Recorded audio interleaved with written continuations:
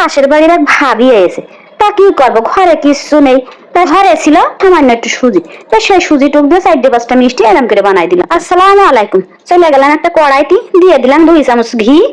ঘিটারে একটু নাড়াই চাড়াই নিয়ে দিয়ে দিলাম 1 কাপ মতো সুজি। একদম কম আছে, সুজিটারে একটু ভেজে নিচ্ছি, বেশি লাল লাল করে ভাজার কোনো দরকার নেই। দিয়ে দিলাম 2 টেবিল চামচ ময়দা। ময়দা যদি না থাকে আটাও দিতে পারো। দুটোর মিশ্রণ একসাথে 1-1.5 মিনিট মতো ভেজে নিতে হবে, যাতে গায়ের কাঁচা গন্ধগুলো চলে যায় আর ঘিয়ের একটা ভালো ঘ্রাণ বের হয়। চুলার আঁচটা একদম কমাই রাখতে হবে, হালকা করে ভেজে নিতে হবে। নিয়ে এখানে আমি 1 কাপ সুজির সাথে আমার নিতে হবে 2 কাপ পানি। যতটুকু সুজি তার ডবল পানি দিতে হবে। দিয়ে আস্তে আস্তে ডোটারে সুন্দর করে চামচের সাহায্যে মাখায় নিতে হবে। এই পানির পরিমাণটা যদি ঠিক না থাকে তাহলে ডোটা কখনোই ভালোভাবে হবে না, সেদিকে খেয়াল রাখতে হবে কিন্তু। দিয়ে দিলাম 2টা এলাচ সামান্য একটু গুঁড়ো করে।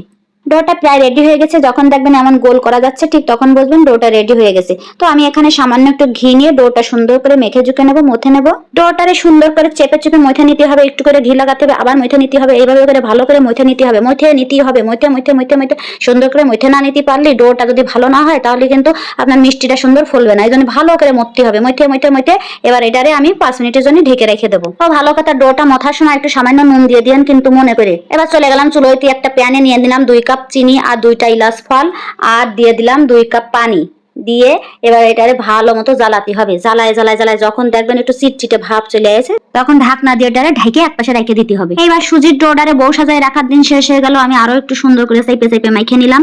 মাখা ঝুখা শেষ হয়ে গেল। এবার আমি চলে গেলাম একটা ফিরেতে, ফিরেটাই সুন্দর করে একটু সয়াবিন তেল মাইখে নিলাম। আর বাপু ঘি দিয়ে পারছি না, তাই আবার একটু সয়াবিন তেল দিয়ে নিলাম। সয়াবিন তেল দিয়ে সুন্দর করে মাইখে নিয়ে আটাটা একটু মুঠে নিলাম। এবার ডোটার একটু চাপটি মতো বানাইয়ে বেলনা দিয়ে চাপ দিয়ে দিয়ে রুটির মতো করে গোল করে নিতে হবে।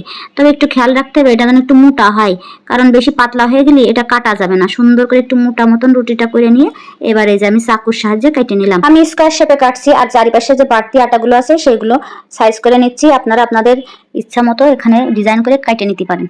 একদম সহজভাবে এই রেসিপিটা বানানো যায়। শুধু সুজি যে পরিমাণ তার ডাবল পরিমাণ পানি নিতে হবে, আর সুন্দরভাবে এরকম করে শেপ দিয়ে কেটে নিতে হবে। খুব সহজেই ঘরে বসে এই রেসিপিটা তৈরি করা যায়। আমার বলা এই স্টেপগুলো সুন্দরভাবে মানলেই সুন্দর করে এই পিঠাগুলো তৈরি করা যাবে, কোনো সমস্যা হবে না। একটা প্যানে সয়াবিন তেলটা অনেক বেশি গরম করে নিতে হবে। হালকা গরম করে নিলে পিঠাটা কিন্তু ফেটে যাওয়ার সম্ভাবনা আছে। যেহেতু সুজির পিঠা তাই তেলটা অনেক বেশি গরম করে নিতে হবে, অনেক হাই হিটে এটারে ভাজতে হবে। তা না হলে সুজির পিঠাটা একদম ফেটে ফুটে একাকার হয়ে যাবে না। মিষ্টিগুলো ভাজতে একটু টাইম লাগবে না, মাত্র 3-4 মিনিটে ভাজা হয়ে যাবে, যেহেতু হাই হিটে মিষ্টিগুলো ভাজতে হবে। এবার মিষ্টিগুলো ভাজা হয়ে গেলে একে একে আমি সব মিষ্টিগুলো চিনির ওই শিরার মধ্যে ডুবোয় দিয়ে দিতে হবে।